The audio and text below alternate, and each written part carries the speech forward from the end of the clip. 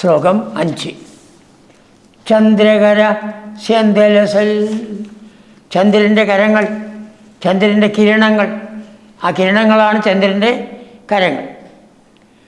ചന്ദ്രകര സ്യന്ത, ആ കിരണങ്ങൾ ഇങ്ങനെ ഒഴുകി വരുന്നു. ആ ചന്ദ്രകിരണങ്ങൾ പതിച്ചതുകൊണ്ട് സുന്ദര ലസത്, സുന്ദര, നന്നായി ശോഭിക്കുന്നു. എവിടെ?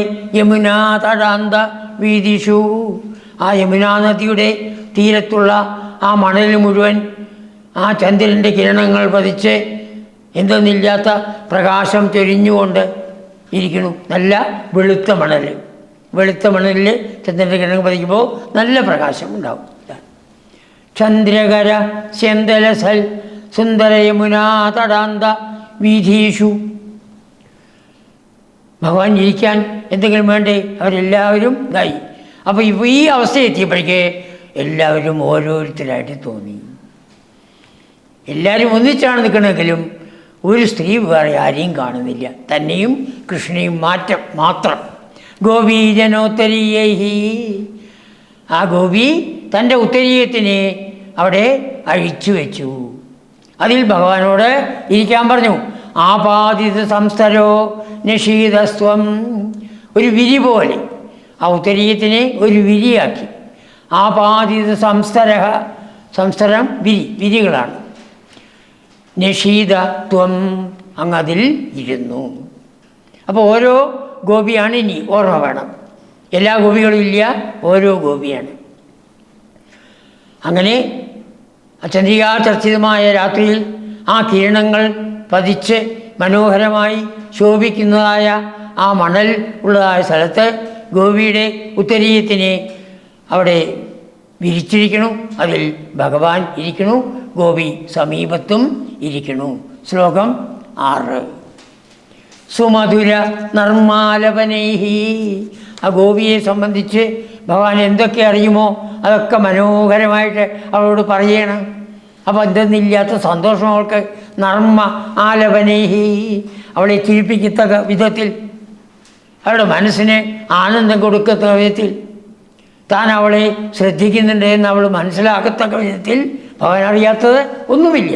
ഇതാണ് സുമധുര നർമ്മ ആലപനൈഹി.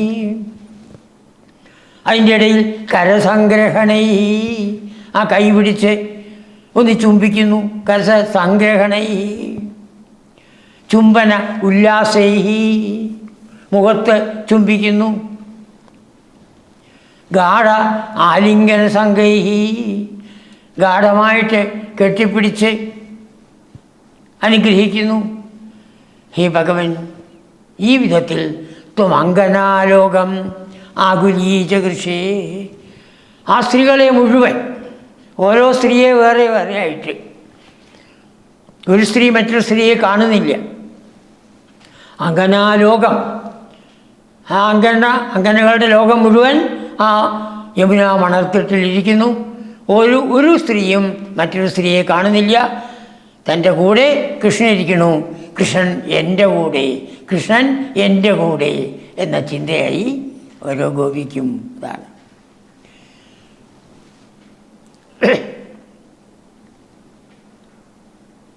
ഭഗവാൻ ഈ കാമിനികളുടെ ഹൃദയത്തെ കട്ടു.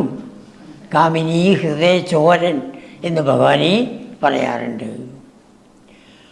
അങ്ങനെ കാമോദ്ദീപമായിട്ടുള്ളതായ നോട്ടം,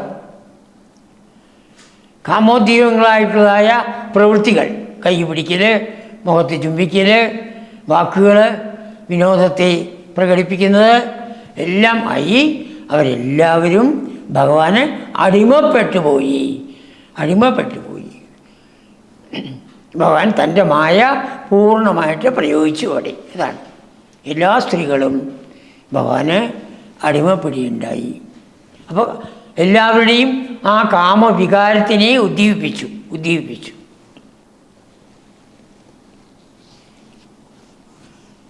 ശ്ലോകം 7. വാസോഹരണദിനേ, വസ്ത്രം ഭഗവാൻ എടുത്തു. വ്രതത്തിന് ശേഷം യമുനയിലിറങ്ങി സ്നാനം ചെയ്തിരുന്ന ഗോപിമാർ അഴിച്ചു വച്ചിരുന്നതായ വസ്ത്രം മുഴുവൻ ഭഗവാൻ ഹരിച്ചു, അപഹരിച്ചു അല്ലേ?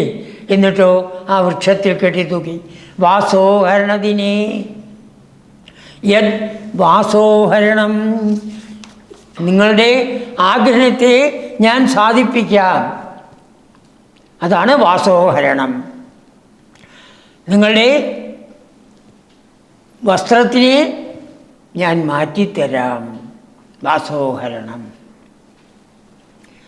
വാസോഹരണത്തിനെ വസ്ത്രങ്ങൾ എടുത്തതായ സമയത്ത് എന്തു പ്രതിജ്ഞയാണോ ഭഗവാൻ ചെയ്ത് വാസോഹരണം, അവിടെ വാക്ക് പറഞ്ഞില്ല. പക്ഷേ നിങ്ങളുടെ ആഗ്രഹം ഞാൻ മനസ്സിലാക്കി. യമുനാ തടത്തിൽ ചരിയാദർശിതമായ രാത്രികളിന് ഉത്തരം തരുമെന്ന് പറഞ്ഞു. ഇതാണ് ഉത്തരം, വാസോഹരണം. നിങ്ങളുടെ ആഗ്രഹപ്രകാരം ഞാൻ നിങ്ങളുടെ വസ്ത്രത്തിനെ എടുത്തു മാറ്റിത്തരാം. വാസോഹരണം പ്രതിശ്രുതം താസാം, അവർക്കെല്ലാവർക്കും ആ വിധത്തിൽ ഭഗവാൻ കേൾപ്പിക്കുകയുണ്ടായില്ലേ? ഏതൊരു കാര്യം പ്രതിജ്ഞ ചെയ്തോ ആ പ്രതിജ്ഞ ചെയ്തതിന് ഭഗവാനിപ്പോൾ അവർക്ക് അനുഭവമാക്കി കൊടുക്കുകയാണ്, അനുഭൂതിയാക്കി കൊടുക്കുകയാണ്. വാസോഹരണദിനെ യദ് വാസോഹരണം പ്രതിശ്രുതം താസാം തദപി വിഭോ രസവിവശസ്വാന്താനം. രസവിവശ ഭഗവാനുമായിട്ടുള്ളതായ ആ ബന്ധം കൊണ്ട് രസം, ബ്രഹ്മാനന്ദം. രസം ആനന്ദം, ആരുമായിട്ടുള്ള ആനന്ദമാണ് ബ്രഹ്മം. രസവിവശം, ആ ബ്രഹ്മാനന്ദവുമായിട്ടുള്ള സംഗമം കൊണ്ട് അവരെല്ലാം വിവശകളായിരിക്കുകയാണ്, പരവശകളായിരിക്കുകയാണ്. പരവശമായിട്ടുള്ള സ്വാന്തം മനസ്സ്, മനസ്സോടുകൂടിയ അവരെ സുഭ്രുവാം അതദാഹ, ആ സ്ത്രീകളെ എല്ലാവരെയും ആ വിധത്തിൽ അവർക്ക് എന്തെന്നില്ലാത്ത ഒരനുഭൂതി, പരമാനന്ദം ഭഗവാൻ പ്രദാനം ചെയ്തു. അപ്പോൾ താൻ എന്തു പ്രതിജ്ഞ ചെയ്തുവോ ആ പ്രതിജ്ഞയെ ലംഘിച്ചിട്ടില്ല.